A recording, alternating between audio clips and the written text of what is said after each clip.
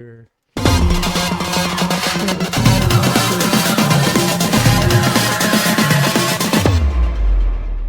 me. Hey, everybody, this is Mike Feldbauer from the Flagler County Drug Court Foundation coming to you from the Flagler Voice podcast studios here in Palm Coast. And with me today, I have a very special guest. Her name is Chrissy Roller. And Chrissy and I met. We belong to a local business networking group here in town. And when Chrissy heard about our Club 100 and what we're looking to accomplish with that, she came on board right away. And out of that particular group, she was the first one to come and become a Club 100 member. Others have done it since, but I really thank her for that. So let me bring Chrissy to the screen and say, hi, everybody. Hi, Mike. Thank you. I want to first start off by thanking you. You've done a lot of great things in our community, and the Drug Court is a wonderful organization. So if anybody is listening, a small business owner, I encourage you to become part of the Club 100. It's, hey, what a bargain. $120 for the whole year. And $10 a month if you choose to pay it that way. But, if you know any small business owners, encourage them because, hey, the more community involvement from business owners, better. Better we'll all be for that. So thanks again, Mike. And thanks for having me today. You're welcome. You're welcome. Again, I'm not going to linger on it, but for those people out there that are interested in becoming a member and you've got a local business, or even if you don't have it, you will have an opportunity if you'd like, because I'm one of the partners in the podcast studio here, to come on and do a 15-minute podcast. We talk about what you've done, your business also, so it gives you something back. We understand that giving back, which is what people like Chrissy is doing with us now. She's giving back into it. But for us to give back too is also an important thing. And we're really happy now that we can give back in this fashion. So it becomes an important time of the day in time. Yeah, it's full cycle. Community members helping each other out. And that's the way it should be. Yeah. Right? So let's talk a little bit about Chrissy. Her background, which is very interesting. And when I heard where she started from and where she is now, I said, this was quite a road. But that road has led to a lot of understanding of people and business and things, which makes her a successful person in her business. So let's talk about Chrissy and her business. Sure. Yeah. So my family owns a real estate company, but it's up in New Jersey. And my husband and I moved full time down to Flagler County in 2016. Now, we had owned property prior to that, and we were investing in property and, fixing up homes and selling them, that kind of thing. And so pretty much making extra income off of real estate. Then once we moved down here full time, I retired from my full-time teaching position, and I needed something to do. So it just made sense to get my real estate license. And I was just going to do the, make money for myself and my family, buying and selling properties. But I met some people in Flagler Beach, Palm Coast, that were telling me that they always lose money on real estate. And I was shocked. I've never considered losing money on real estate. I'm like, what are you talking about? So I started just educating people about market trends and what to look out for, what was valuable asset to have in a property and things like that. And I just started helping people make money with real estate. That's great. But I also heard that you have a heart for people. Uh-huh. And when you gave a little talk at our networking group, I heard about a story about what you do once a year. Oh. So let's tell our people about that. Yeah, so once a year I donate my services, which means that I list someone's home that's in need of selling their home. I do that for free. And it's another way to give back to the community. So I haven't been doing that my full 8 years selling real estate. I just started that 4 years ago. I decided to do that. It just kind of happened that way. There was a disabled veteran. Family situation for him changed, and he could no longer independently function in his home the way it was. So it was a choice of whether he got it modified so he could still remain there, or buy a new house that could accommodate his needs. So knowing his situation, knowing that he had limited funds and a time crunch, I listed it for him, didn't charge him to list it, paid for all the fees and everything like that. And he wound up selling the home, wound up getting an accessible property. We found him, and happy as could be in his new place. So, and then I just decided, you know what, I'm going to do that every year, and they find me. I think that's phenomenal. I think if more businesses understood that type of situation based on what their business is Yeah. and how they can help people. And I know we have a lot of good businesses here in Flagler County that do help. Yeah. And they're not bragging about it. And I know you're not bragging about it. You didn't do it to brag about it. No, there's actually... None of us that knew you knew about this until we asked you to talk a little bit about your history. I don't even think my family knows that I do that. But the idea that you're giving back into the community with people that have certain needs that you can help them with. Yeah. I am sure that your gain, which was not the reason for you doing it, your gain has been far more than what you have given out, because I believe that's what God does. Oh, sure. He looks at it. He looks at your heart. You didn't do it to gain. Mm-hmm. You do it to help. Right. We're supposed to be servants. So you were being a godly servant in doing that. And I'm sure it turns into a benefit in the long run. Sometimes you don't even realize it. It just, it appears. Mm-hmm. And if more businesses would look at that aspect, quite frankly, that's part. If you don't have something that you feel you can do specifically based on your business, Club 100 gives you that opportunity. There you go. And just so folks know out there, the Flagler County Drug Court Foundation is designed to help participants in the Flagler County Drug Court. We're a nonprofit. We're the oldest nonprofit in Flagler County, helping people in the world of recovery. We were the first in the county to get a grant to give free Narcan away, which we've been doing since we got the grant at the end of 2019 and been doing this since 2020. Our team is 100% volunteers. Everybody, in order to become a member of our team, has to have a heart for helping. That's it. That's it. If you got the heart, we'll find a way of using your skills, your gifts to help us, and to help. When you help us, you're helping people in the community that really need the help. So that's what we're about. And I'm the face and the voice, but without my team, I'm nothing. Yeah. So we got a lot of great people helping us. We have parents that have lost children to overdoses that are committed to help people not go through what they did. We have several people that have been heavily involved in their own drug issues, that are now clean and working and want to help people that have been where they've been, to give them hope, which you see in the background. Mm-hmm. That's the whole thing. That's our mission, providing hope for people that need help. Yeah. I think that what people need to, realize, if they don't already, and I think this is part of what, Flagler County Drug Court is trying to educate people about, is people don't set out to be drug addicts.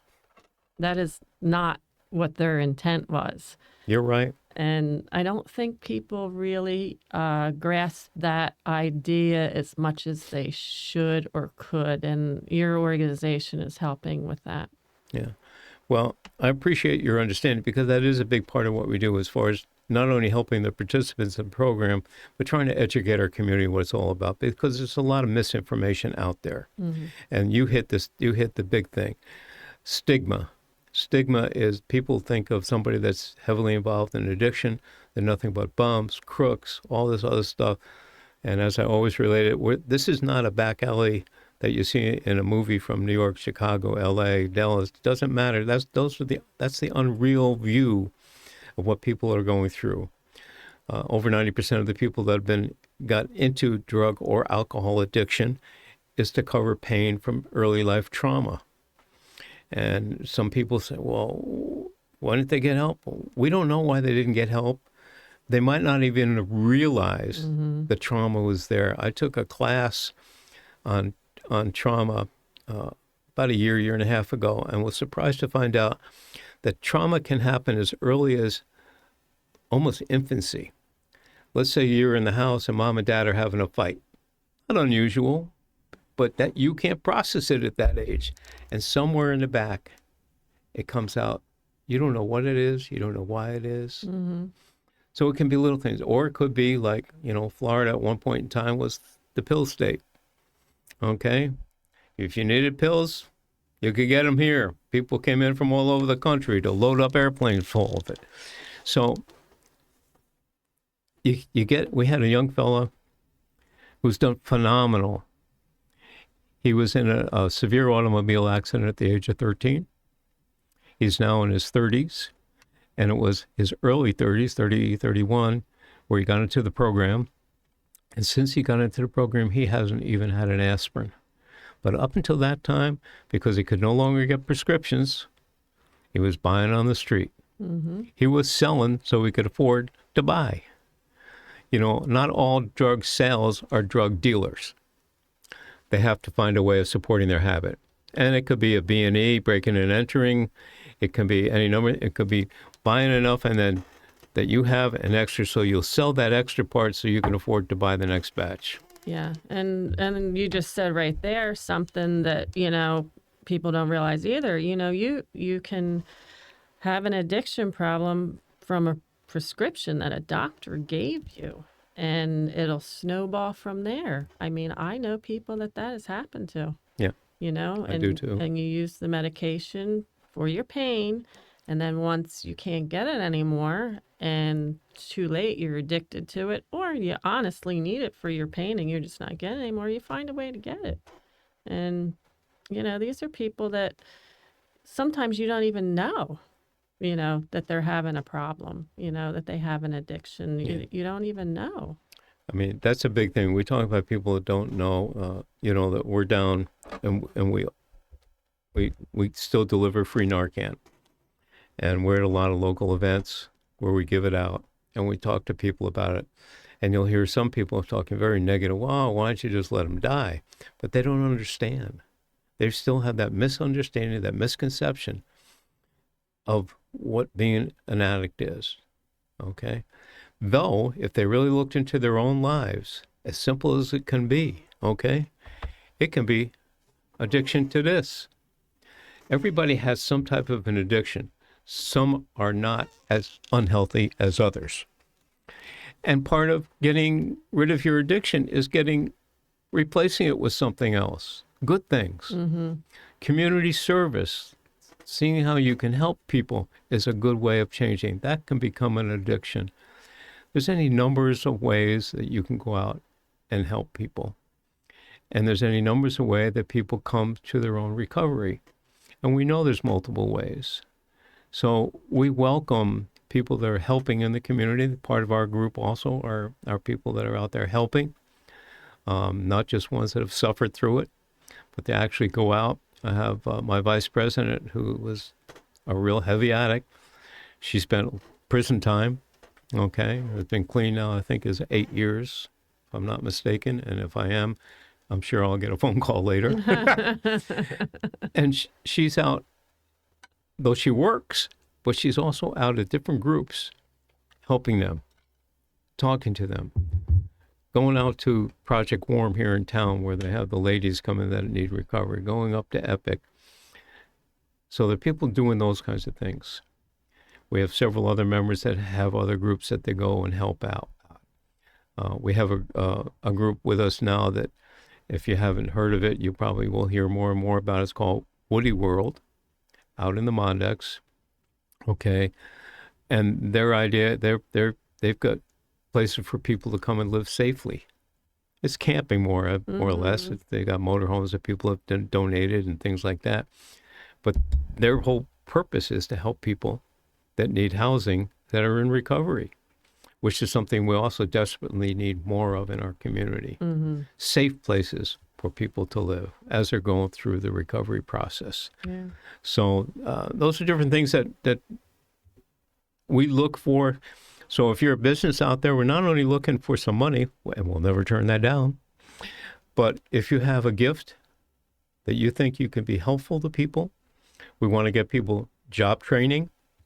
So in a lot of cases, putting them into a better position through their recovery than they were in their heavy use time.